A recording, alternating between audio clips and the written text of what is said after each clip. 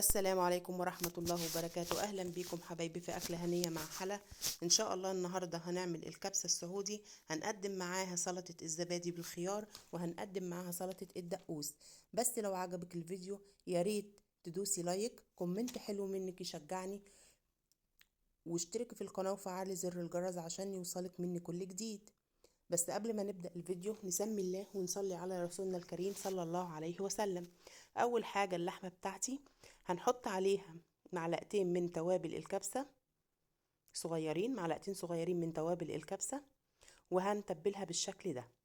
بعد كده هنجيب الحلة فيها شوية من الزيت، هنحط عليها بصلتين كبار متقطعين حلقات بالشكل ده. بعد كده هنحط عليهم معلقة من توابل الكبسة، ونبتدي نشوحهم مع بعض.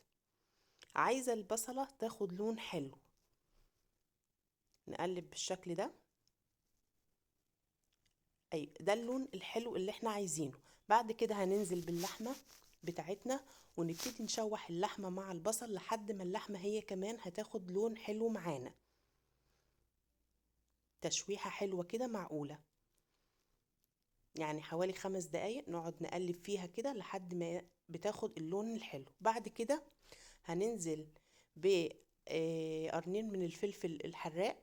طبعا ده لو انت عايزاها حراقة، انت مش عايزاها خلاص مش مشكلة، استغني عن الفلفل. بعد كده هننزل ب3 حبات من الطماطم المبشورة، وهنبتدي نقلبهم مع بعض ونسيبهم مع بعض حوالي 5 دقايق كده، يعني يتشوحوا مع بعض لحد ما بتوصل للمرحلة دي. بعد كده هجيب التوابل بتاعتي. عندي نص معلقة من الفلفل الأسمر، نص معلقة من القرفة، معلقة من الكاري، ومعلقة من الكركم. وعندي التوابل الصحيحة بتاعتي حبايتين من الليمون المجفف، عندي ورق لورا، عندي قرفة خشب، عندي قرنفل، عندي حبهان. وهنبتدي نشوح بالشكل ده. بعد كده هننزل بمعلقة من معجون الطماطم أو صلصة الطماطم، ونشوح كله مع بعضه. نفضل حوالي نشوح فيهم حوالي 5 دقايق، كله يدخل مع بعضه كده بالشكل ده. وصلت للمرحلة دي ابتدي انزل بالمية بتاعتنا عشان نسوي اللحمة بالشكل ده كده. كده عندي اللحمة استوت، حطيت ملح. هنزل بالرز البسمتي بتاعي المغسول واسيبها تستوي براحتها. يلا نعمل بقى معانا سلطة الزبادي. اول حاجة هنجيب نص كيلو من الخيار، 3 فصوص من الثوم، عندي عصير ليمونة، عندي معلقة من النعناع الناشف، نص معلقة من الفلفل الاسود،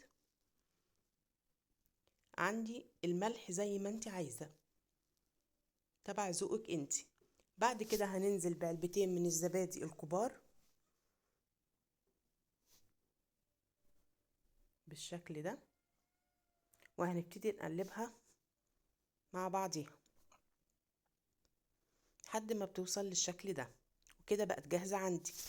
يلا نعمل سلطة الدقوس. عندي 3 حبات من الطماطم، عندي نص فلفلاية من الحراق، عندي 3 فصوص من الثوم مهروسين، عندي معلقة من الكمون، وعندي نص معلقة من الفلفل الأسمر، شوية من الملح، وعندي كزبرة خضرة متقطعة. حطيتهم في الكبة وهضربهم، وادي بكده الدقوس بتاعنا جاهز بالشكل ده.